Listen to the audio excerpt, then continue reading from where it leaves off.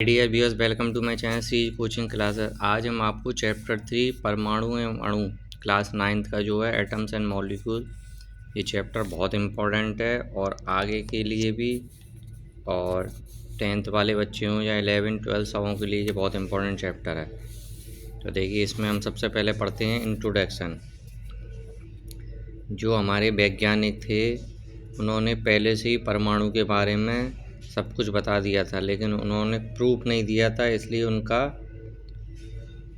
जानकारी सबों को नहीं हो पाई। तो जो प्रूफ दे देता है उसी का छपता है और उसी के बारे में बताया जाता है। तो देखिए, सबसे पहले हमारे ऋषि मुनि जो थे महर्षि कणाद, उन्होंने 800 ईस्वी पूर्व के अनुसार ये बता दिया था कि पदार्थ बहुत सूक्ष्म अविभाजित कणों से मिलकर बना है। और यूनानी दार्शनिकों ने भी यही विचार किए थे, पर वैज्ञानिकों ने सूक्ष्म कणों को परमाणु नाम दिया। लेकिन 18वीं शताब्दी के अंत वैज्ञानिकों ने यौगिकों के बीच भेद को समझा तथा स्वाभाविक रूप से पता करने के इच्छुक हुए कि तत्व क्या हैं, कैसे संयोग करते हैं। तो एक वैज्ञानिक आए थे, वैज्ञानिक एंटोनी एल लेवोसिए, जिन्होंने रसायन संयोजन के दो महत्वपूर्ण नियमों को बताया था। तो पहला नियम था उनका द्रव्यमान संरक्षण का नियम, अनिवार्यता का नियम, law of conservation of mass, और दूसरा था लॉ ऑफ कांस्टेंट ऑफ प्रोपेशन। इस नियम में उन्होंने ये बताया था, मेन चीज़ आप पकड़िए, कि रिएक्शन से पहले जिस पदार्थ का कुल द्रव्यमान और रिएक्शन के बाद कुल द्रव्यमान बराबर रहेगा। तो उन्होंने बताया था द्रव्यमान अविनाशी है, द्रव्य को ना तो उत्पाद किया जा सकता है और ना ही इसका नाश किया जाता है। अतः किसी भी रासायनिक अभिक्रिया में परिवर्तन के उपरांत भी द्रव्य का कुल द्रव्यमान उतना ही रहता है जितना अभिक्रिया से पूर्व होता है। तो इसके लिए उन्होंने कुछ प्रयोग किए थे।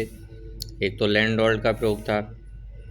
तो इसमें उन्होंने क्या करा था, सिल्वर नाइट्रेट और पोटेशियम क्लोराइड को 2 बीकर में लिया और इनको अलग अलग रख कर देखा।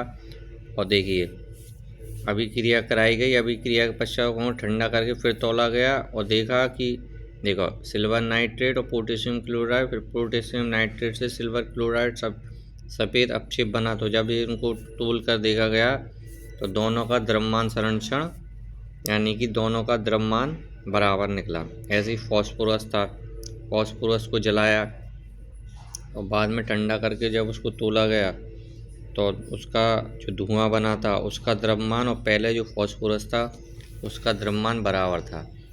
इसमें एक उदाहरण दिया है, देखो, 170 ग्राम सिल्वर नाइट्रेट सोडियम क्लोराइड से अभिक्रिया करके इतनी क्लोराइड और बनाता है। तो आप पहले तो ये याद रख लीजिए, द्रव्यमान संरक्षण का नियम क्या है, अभिकारों का कुल द्रव्यमान और उत्पादों का कुल द्रव्य। तो NaCl + NaCO3 x हमने ऐसे मान लिया, तो x की वैल्यू 58.5 ही बैठेगी। तो इन दोनों का सम कर लेना, इनका सम कर लेना, इक्वल बैठेगा।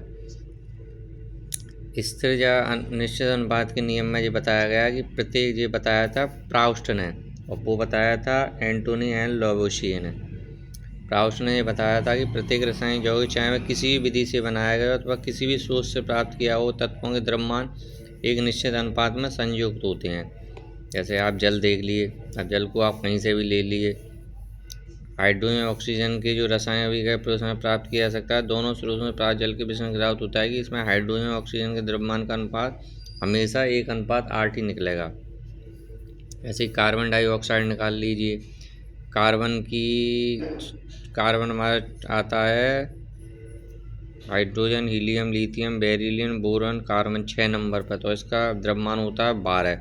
ऑक्सीजन आता है 8, 8 दूनी 16 दूनी 32। तो एक प्रयोग में इस तरीके से आप देखिए, ऑक्साइड का द्रव्यमान दे रखा है, आयरन का द्रव्यमान दे रखा है, संयुक्त ऑक्सीजन का द्रव्यमान 0.72 आया।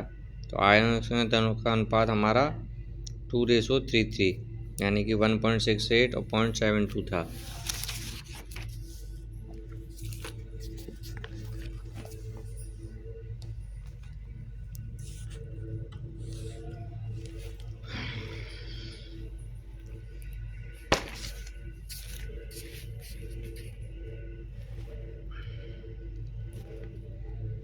इसके बाद है हमारा डाल्टन का परमाणु सिद्धांत। 1808 में डाल्टन ने एक परमाणु प्रयोग प्रस्तुत की, जिसमें प्रयोग था परीक्षणों के प्रयोग के आधार पर डाल्टन ने अपनी परिकल्पना में छोटे छोटे कणों से मिलकर बनाया, जिसे परमाणु कहते हैं। तो देखिए, डाल्टन की थ्योरी क्या थी, सभी द्रव अति सूक्ष्म अविभाज्य कणों से बने हैं जिन्हें परमाणु कहते हैं। परमाणु को विभाजित नहीं किया जा सकता, यह द्रव का मूल कण है, परंतु रासायनिक अभिक्रिया में अलग हैं परंतु नष्ट नहीं होते हैं। एक ही तत्व के सभी परमाणु आकार, द्रव्यमान तथा रासायनिक गुणों में एक दूसरे के समान होते हैं, उनका द्रव्यमान निश्चित होता है। तो ये सारी चीज़ें बताई थी। तो डाल्टन के परमाणु की कमियां क्या निकली? उनकी कमियां ये थी कि द्रव्य संबंधी डाल्टन के सिद्धांत की कमी यह थी कि परमाणु को अविभाज्य माना गया है। आधुनिक खोजों में गया था कि परमाणु अविभाज्य नहीं, उनमें 3 प्रकार के मूल कणों निकले। देखिए, इलेक्ट्रॉन, प्रोटॉन और न्यूट्रॉन में विभाजित किया जा सकता है। डाल्टन का परमाणु सिद्धांत समझा कि परमाणु से बने कुछ पदार्थ गुण दोनों भिन्न क्यों होते हैं। देखिए, चारकोल, हीरा तथा ग्रेफाइट ये हमारे कार्बन के अपरूप होते हैं। तो सभी पदार्थ एक ही प्रकार के कार्बन परमाणुओं से बने होने पर भी गुणधर्मों में भिन्न होते हैं, लेकिन तीनों के गुणधर्म अलग अलग हैं। हीरा अलग होता है, ग्रेफाइट अलग होता है, चारकोल अलग होता है। डाल्टन के परमाणु सिद्धांत के अनुसार किसी तत्व सभी परमाणु द्रव्यमान समान परंतु ज्ञात किया जा सकता है कि तत्व परमाणु द्रव्यमान भिन्न भिन्न हो सकता है। तो ये सारी कमियां निकली उनके डाल्टन के परमाणु में। आधुनिक परमाणु सिद्धांत क्या है? देखिए, परमाणु विभाज्य है, 3 प्रकार के मूल कणों इलेक्ट्रॉन, प्रोटॉन और न्यूट्रॉन से मिलकर बना होता है और एक समान परमाणु क्रमांक तथा भिन्न भिन्न परमाणु क्रमांक के परमाणु को समस्थानिक आइसोटॉप कहते हैं।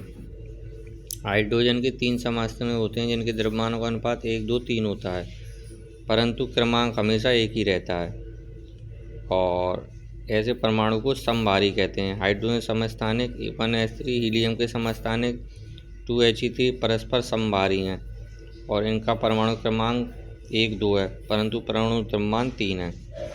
तो ये तत्वों के परमाणु परस्पर अणु बनाते हैं, रासायनिक अभिक्रिया में परमाणु ही भाग लेते हैं, अणु नहीं।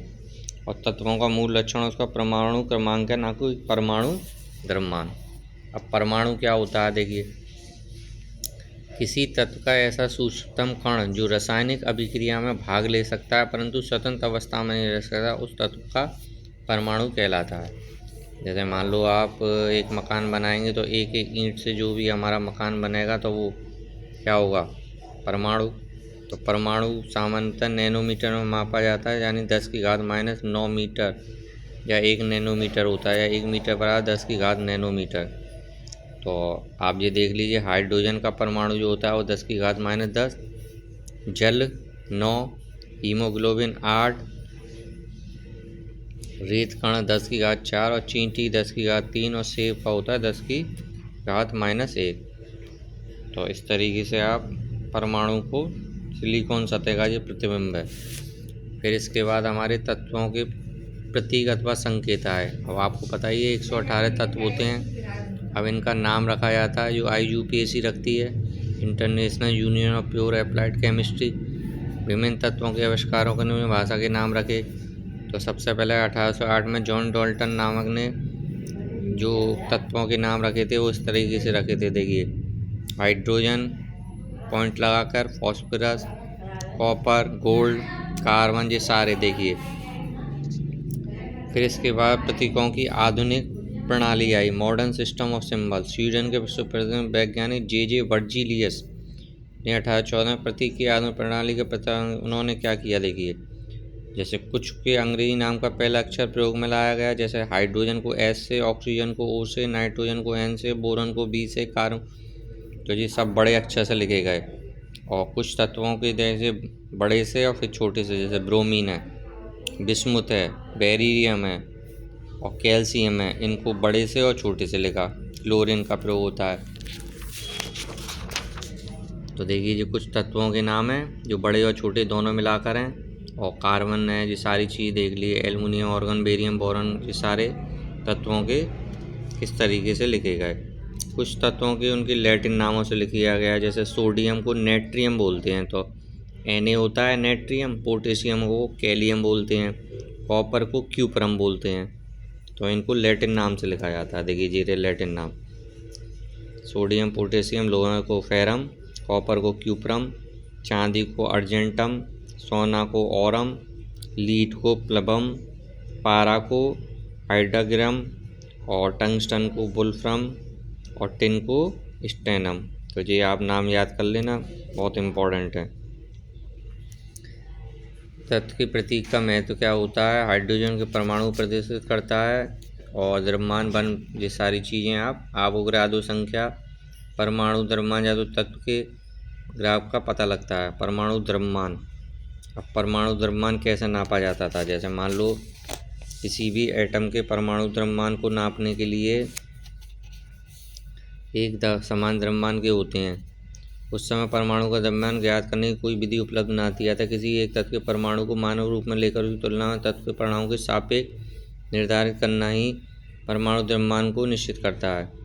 क्योंकि अन्य सभी तत्वों की अपेक्षा हाइड्रोजन अधिक हल्का न्यूनतम घनत्व तत्व पाया गया, सर्वप्रथम डाल्टन ने हाइड्रोजन परमाणु को मानक मानकर उसका परमाणु द्रव्यमान 1 माना, परंतु शीघ्र ही बर्जीलियस ने प्रस्तावित किया क्योंकि ऑक्सीजन अधिक लगभग सभी तत्वों से संयोग करती है, मानक में ऑक्सीजन का परमाणु द्रव्यमान निश्चित करना अधिक उपयोग। बर्जीलियस ने ऑक्सीजन का परमाणु द्रव्यमान 100 प्रस्तावित किया। यह मान तो सामान्य स्वीकृत न हो सका, परंतु ऑक्सीजन का स्थान मानक के रूप में बना रहा। 1960 में परमाणु भार का पैमाना ऑक्सीजन पर आधारित रहा, तो ऑक्सीजन का परमाणु द्रव्यमान 16 माना जाता है। इससे तुलना कर अन्य तत्वों के परमाणु द्रव्यमान निर्धारित किए गए, परंतु वर्तमान सदी के प्रारंभिक वर्षों में तत्वों के समस्थानिक परमाणु की खोज के बाद उपयुक्त पैमाना भी 2 स्वरूपों में बांट गया। ऑक्सीजन के एक औसत परमाणु जो ऑक्सीजन के अनुसंग के व्यक्त किया जाता है। तो जैसे मान लो हम आपको उदाहरण बताते हैं, जैसे ऑक्सीजन का परमाणु द्रव्यमान रसायन के अनुसार 16 है और भौतिकी के अनुसार 16.0044 माना जाता है। जैसे जैसे परमाणु द्रव्यमान प्रयोग निर्धारण हुआ तो IUPAC द्वारा सरसों में नवीन मानक स्वीकार किया गया। अब वो क्या स्वीकार किया गया? वो स्वीकार किया गया कार्बन तत्व के समस्थानिक को माना गया जो 12 है। तो अब सारे जितने भी हमारे द्रव्यमान नापे जाते हैं वो परमाणु के कार्बन के 12 C12 प्रतीक से व्यक्त किए जाते हैं। तो आज की परिभाषा में आप बस केवल ये परिभाषा लर्न कर लेना। किसी तत्व का परमाणु द्रव्यमान वह संख्या है जो यह प्रदर्शित करती है कि तत्व के परमाणु का द्रव्यमान कार्बन 12 के एक परमाणु द्रव्यमान के 1/12वें भाग से कितना गुना अधिक है। तो अगर किसी तत्व का परमाणु द्रव्यमान पता करना है तो पहले तो परमाणु का द्रव्यमान लिख लीजिए और 1/12 गुणा कार्बन 12 के परमाणु का द्रव्यमान लिख के आप पता कर सकते हैं। और आजकल AMU एटॉमिक मास यूनिट या यूनिफाइड लिखा जाता है। जैसे देखिए क्लोरीन का परमाणु द्रव्यमान 35.5 है, अतः क्लोरीन के एक परमाणु द्रव्यमान 35.5 है तो एक AMU में होता है हमारा 1.662 × 10⁻26 kg। तो क्लोरीन का परमाणु द्रव्यमान क्या होगा? 35 का मल्टीप्लाई इससे कर देना है, यानी ये इतना होगा हमारा 59। तो ये यूनिफाइड से लिखा जाता है आजकल। और कुछ तत्वों के ये परमाणु हैं, देखिए हाइड्रोजन का एक होता है, कार्बन का 12, नाइट्रोजन का 14, ऑक्सीजन का 16, सोडियम का 23। तो ये आप याद कर सकते हैं। इसके बाद आते हैं परमाणु किस प्रकार अस्तित्व में रहते हैं। देखिए अधिकांश तत्वों के परमाणु स्वतंत्र रूप से अस्तित्व में रह पाते हैं जब तक वो अणु आयन बनाते हैं। तो सोडियम Na+ तथा क्लोराइड Cl को देख नहीं सकते हैं, परंतु Na+Cl के करोड़ों आयनों से बने NaCl नमक को देख सकते हैं। कुछ तत्वों जैसे निष्क्रिय गैसों हीलियम, नियॉन, ऑर्गन एवं क्रिप्टन के परमाणु स्वतंत्र भी रह सकते हैं, परंतु ये परस्पर तत्वों के परमाणु से संयोग नहीं करते हैं। अब अणु क्या होता है? देखिए किसी पदार्थ का वह सूक्ष्म कण जो स्वतंत्र अवस्था में रह सकता है तथा जिसका रासायनिक संगठन केमिकल कंपोजिशन पदार्थ के रासायनिक संगठन के समान होता है, उस पदार्थ का अणु कहलाता है। जैसे जल के अणु में एक हाइड्रोजन परमाणु ऑक्सीजन परमाणु द्रव्यमान अनुपात 1:8 है। तो पदार्थ की किसी भौतिक अवस्था में उसके भौतिक गुण जैसे रंग, क्रिस्टलीय आकृति, ये सारी चीज़ें देखी जाती हैं। तो इसको आप तत्वों के अणु, ऑर्गन हीलियम होता है, ऑक्सीजन सामान्य तो 2 के स्थान 3 ऑक्सीजन परमाणु परिचय करते हैं, तो ऐसे हम ओजोन प्राप्त होती है। परमाणुकता देखिए उत्कृष्ट गैस होती हैं हमारी हीलियम, नियॉन, ऑर्गन और क्रिप्टन। इनमें परमाणु अणु इनमें एक परमाणु होता है, इसलिए उत्कृष्ट गैसों की परमाणुकता 1 है। उत्कृष्ट गैसों को एक परमाणु मोनो एटॉमिक कहा जाता है। Sodium, magnesium, aluminium, copper, iron इत्यादि की परमाणु तो 1 ही लिया जाता है। और hydrogen, nitrogen, oxygen, chlorine, bromine, iodine, ये सब 2 परमाणु होते हैं, इन्हें डायो एटमिक बोलते हैं। ओजोन में 3 होते हैं, इसे ट्राई एटमिक बोलते हैं। फॉस्फोरस में 4 होते हैं, तो इसे टेट्रा बोलते हैं। तो देखिए ये सारे जो अधातु हैं, organ, helium, oxygen, hydrogen, nitrogen, chlorine, fluorine, sulphur, ये हमारा ऑर्गन, हीलियम 1 परमाणु, ऑक्सीजन, हाइड्रोजन, नाइट्रोजन और क्लोरीन 2, फॉस्फोरस 4 और सल्फर बहुपरमाणु होता है। धातु सोडियम, आयरन, एल्यूमिनियम, कार्बन, ये सारे हमारे 1 परमाणु होते हैं। अब देखो यौगिकों के अणु, जैसे जल होता है, जल में हाइड्रोजन, ऑक्सीजन 1:8, कार्बन डाइऑक्साइड में 3:8, हाइड्रोजन सल्फाइड में 1:16 और अमोनिया में 14:3। अब द्रव्यमान अनुपातों से परमाणु की संख्या को कैसे ज्ञात करते हैं? तो देखिए जैसे हाइड्रोजन का 1 है और ऑक्सीजन का 8 है, द्रव्यमान इनका 1 और 16 है, तो पहले तो 1/1 और 8/16 करके 1/2, तो सरलतम अनुपात इनका निकालेंगे 1:1/2 लिख के, तो 2:1 आएगा। अब सबसे इम्पोर्टेंट है व्हाट इज आयन। सामान्यतः सभी परमाणु तथा अणु में प्रोटॉन तथा इलेक्ट्रॉनों की संख्या बराबर होती है, अर्थात वे बहुत विद्युत उदासीन होते हैं। कुछ परमाणु अपने बाह्यतम इलेक्ट्रॉन कोश में कुछ इलेक्ट्रॉन त्याग कर देते हैं। तो परमाणु जिनमें प्रोटॉन और इलेक्ट्रॉन की संख्याएं समान नहीं होती, आवेशित होती हैं, इन आवेशित परमाणुओं को आयन कहते हैं।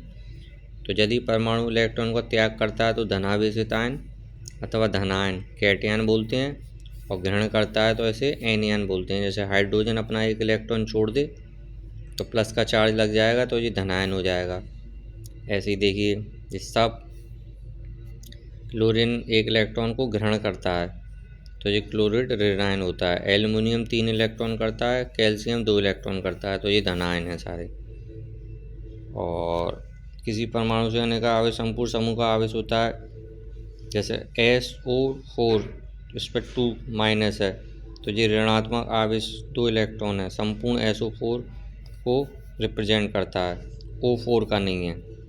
वास्तव में इसे SO4 2- लिखा जाना है, परंतु सामान्यतः कोष्ठक का प्रयोग नहीं किया जाता है।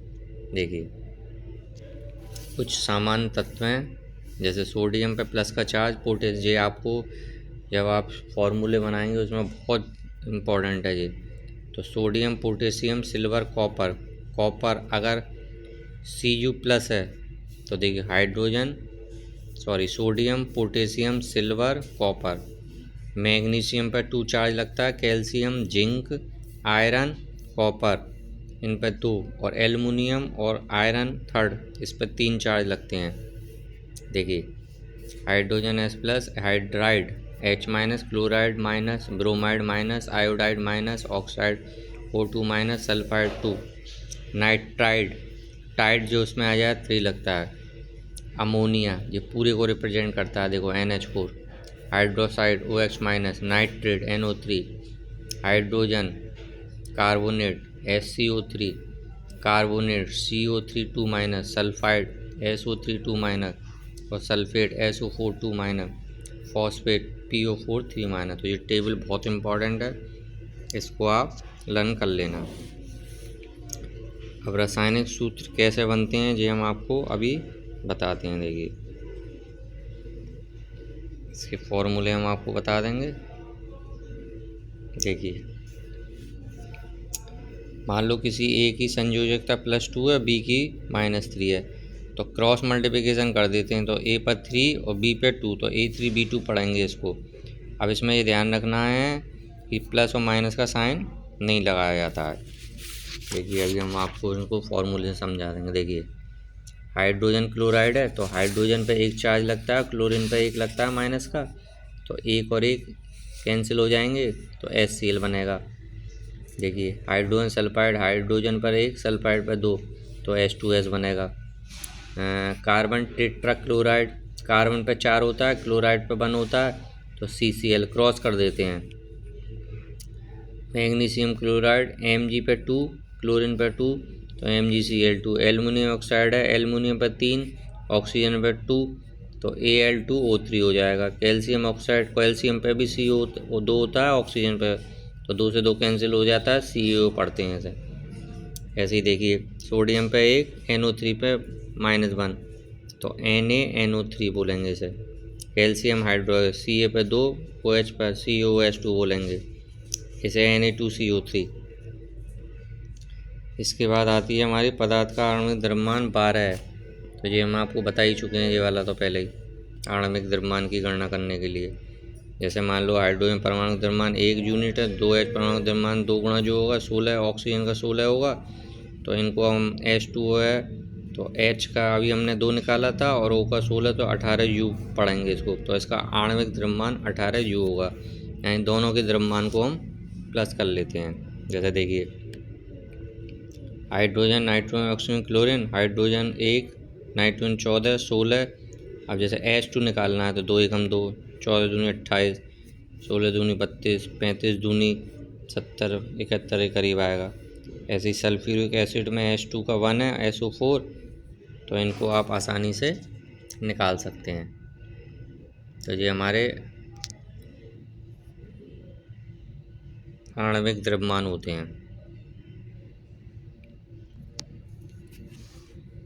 इसके बाद हम आपको बताएंगे, ये देखिए आप शॉर्ट में इसे पढ़ सकते हैं। भारतीय दर्शन में महर्षि कर्णाद के मत में पदार्थ सूक्ष्म कण जिसे विभाजित करना संभव न हो परमाणु होगा। डाल्टन के परमाणु सूत्र में परमाणु ना तो निर्मित किया जा सकता है न नष्ट किया जा सकता है। किसी भी अभिक्रिया विकारों उत्पादों के द्रव्यमानों का जो अपरिवर्तनीय होता है किसी भी यौगिक में सदैव तत्व एक निश्चित द्रव्यमानों के अनुपात में विद्यमान होते हैं। तो ये डिटेल में आप पढ़ चुके हैं, तो इसे आप शॉर्ट में भी पढ़ सकते हैं।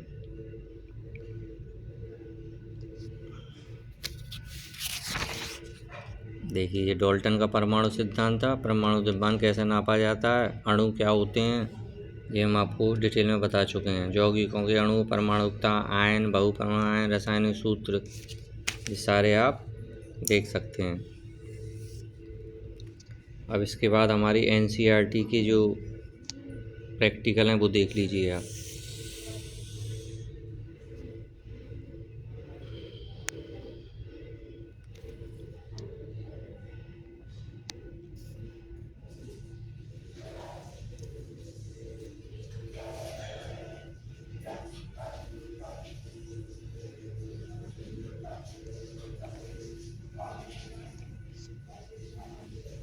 ये NCERT के हमारे क्वेश्चन हैं। तो वही द्रव्यमान का संरक्षण नियम के आधार पर है ये वाला हमारा। आप इनको सॉल्व करना, जो नहीं आए वो हम आपको बता देंगे, नहीं आए तो पूछ लेना आप। सारे वही हैं हमारे। देखिए सोडियम ऑक्साइड है, Na पर 1 चार्ज लगता है, O पे 2, तो NO2 हो जाएगा, क्रॉस कर देना है। ये एक्सरसाइज के क्वेश्चन है सारे। और ये सूत्रों के नाम हैं aluminium sulphate, calcium chloride, potassium sulphate, potassium nitrate, calcium carbonate. आप कुछ जो एलिमेंट हैं उनके नाम याद कर लेना, वो हम ट्रिक से आपको शॉर्ट वीडियो में भेजते हैं, वो आप देख लेना ट्रिक से। जैसे hydrogen, helium, lithium, beryllium, boron, carbon, nitrogen, fluorine, neon, sodium. जैसे हमने एक ट्रिक लिख रखी है, हाई हिली बेबी कार नहीं और फादर ने ना की मागू अली से प्यारी सी क्लासमेट। तो ये हमने ट्रिक बना रखी है, आप इनको देना, हम और ट्रिक बना के आपको भेज देंगे। ये हमारे सारे आणविक द्रव्यमान है। बस इसमें आपको कुछ नहीं करना है, नाइट्रोजन का द्रव्यमान पता होना चाहिए, हाइड्रोजन का 1 होता है, उससे मल्टीप्लाई करके प्लस कर देने हैं आपको, और ज़्यादा टफ नहीं है ये।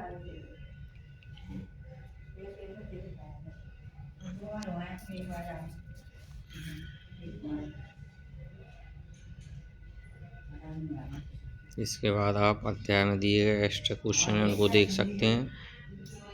और जी हमने आपको पूरी एक्सरसाइज डिटेल में समझा दी है, कवर करा दी है। हमारा मेन पर्पस है आपको पूरा जो भी सिलेबस है प्रोवाइड कराना,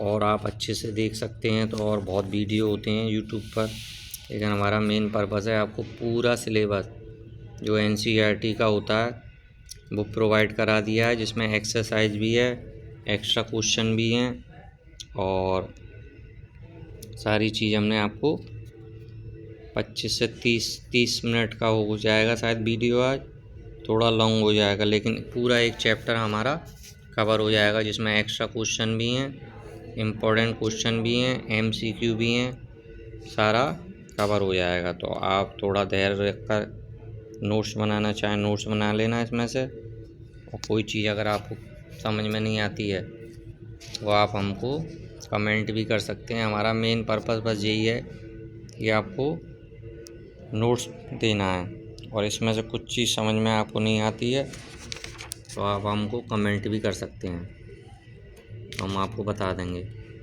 क्या चीज़ नहीं आ रही है आपके समझ में। ये चैप्टर बहुत इम्पोर्टेंट है, हर पॉइंट ऑफ व्यू से इम्पोर्टेंट है। आप चाहे किसी भी कंपटीशन में बैठना, नीट करना, कुछ भी करना, एटम और मॉलिक्यूल वाला चैप्टर बहुत इम्पोर्टेंट होता है। तो इसलिए आप इसके पहले तो आप एलिमेंट के नेम याद कर लीजिए, जितने करेंगे उतना ही आपको फ़ायदेमंद है। फिर भी आप 30-35 कर लेंगे, वो हम आपको ट्रिक दे देंगे, ट्रिक से आप आसानी से याद कर सकते हैं। जी हमने आपको पूरा चैप्टर देखिए, Na तथा Na+ में क्या अंतर है। Na हमारा स्वतंत्र होता है, Na हमारा आयन होता है, क्योंकि एक इलेक्ट्रॉन जो त्याग देता है तो उस पर प्लस का चार्ज लग जाता है। जैसे हमारे शॉर्ट क्वेश्चन भी दे रखे हैं और लॉन्ग भी दे दिए हैं, NCERT का पूरा कवर भी करा दिया है, एक्स्ट्रा क्वेश्चन भी दे दिए हैं। अब आप इसमें देख लेना, अभी हम आपको जब एग्ज़ाम आएंगे तो उसमें आपको हम बहुत जो इम्पोर्टेंट क्वेश्चन होंगे जो एग्ज़ाम में आते ही आते हैं वो सारे प्रदान करेंगे, देंगे। तो आप जो डिटेल में स्कूल का वर्क है या कुछ भी है वो आप इसमें से कर सकते हैं। हमने पहले भी आपको बता रखा है कि हमारा मेन पर्पस आपको नोट्स देना है और पूरे नोट्स देना है, कुछ भी छूटना नहीं चाहिए उसमें, सारे क्वेश्चन कवर करा रखे हैं। कोई क्वेश्चन आपको समझ में नहीं आता है तो वो आप हमको कमेंट में बता सकते हैं। तो ये पूरा एटम वाला हमने चैप्टर करीब आध घंटे में आपको कंप्लीट करा दिया है। थोड़ा लेंथी चैप्टर है, ये बड़ा भी है हमारा, तो इसलिए हम आपको थोड़ा जल्दी जल्दी करा देते हैं। कुछ क्वेश्चन रिपीट हो रहे हैं तो आप उनको इग्नोर भी कर सकते हैं। अगर आपको लग रहा है कि वो क्वेश्चन पहले आ चुका है तो आप उसको इग्नोर कर सकते हैं, लेकिन हमारी कोशिश है कि सारे क्वेश्चन हम आपको प्रोवाइड करा दें।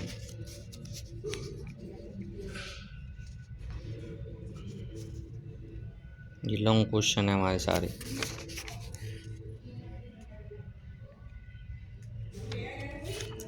देख लो।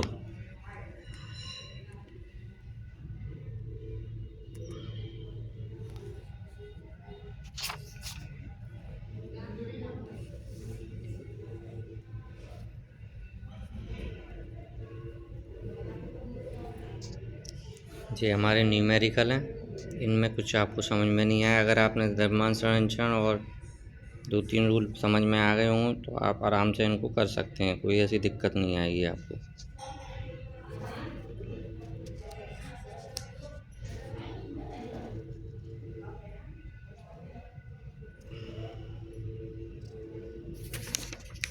तो ये पूरा चैप्टर हमने आपको कवर करा दिया है। ये हमारे थोड़े से MCQ हैं, इनको आप देख लेना, और जो मोस्ट इम्पॉर्टेंट क्वेश्चन है ये सारे हमारे क्वेश्चन हैं।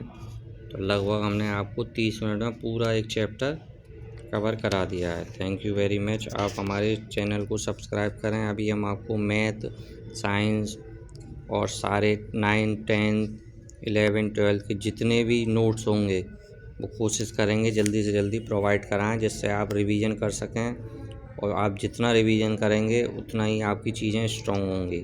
Thank you very much.